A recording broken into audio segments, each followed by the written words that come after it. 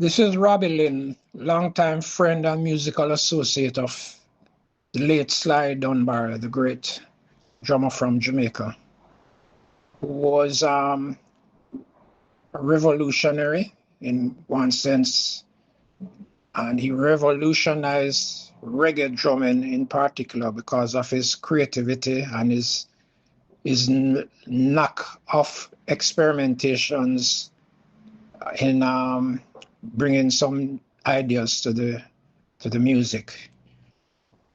My personal association would have gone back over 50 years ago when we were both playing at nightclubs on a regular basis, which were like a few doors apart. He was in a band called Skin, Flesh and Bones, and I was in a band called In Crowd. And occasionally during the course of the night, usually on a weekend, during break time, he would come over to our club and just hang out for a few minutes before he went back to his. And likewise, I would go over to their club called Tit for Tat.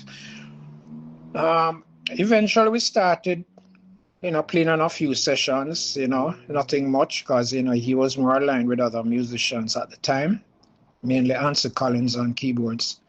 But as time went on, we would be seeing each other a bit more up to the time that we were members of Peter Tosh's Word, Sound and Power. So we were together with Peter in the studio and on the stage for quite a few years, 4 or 5 years, until the time himself and Robbie Shakespeare left. But at that time, Sly had started his taxi label production along with Robbie.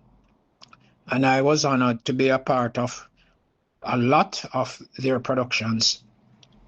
And we would have been in touch and working together up to recent times when Sly had some mobility problems, but we were still involved on a lesser basis, but we're still in touch, even just communicating and sending videos, talking music.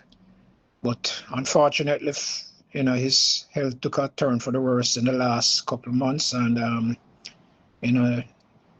it ended up with his passing this morning, the 26th.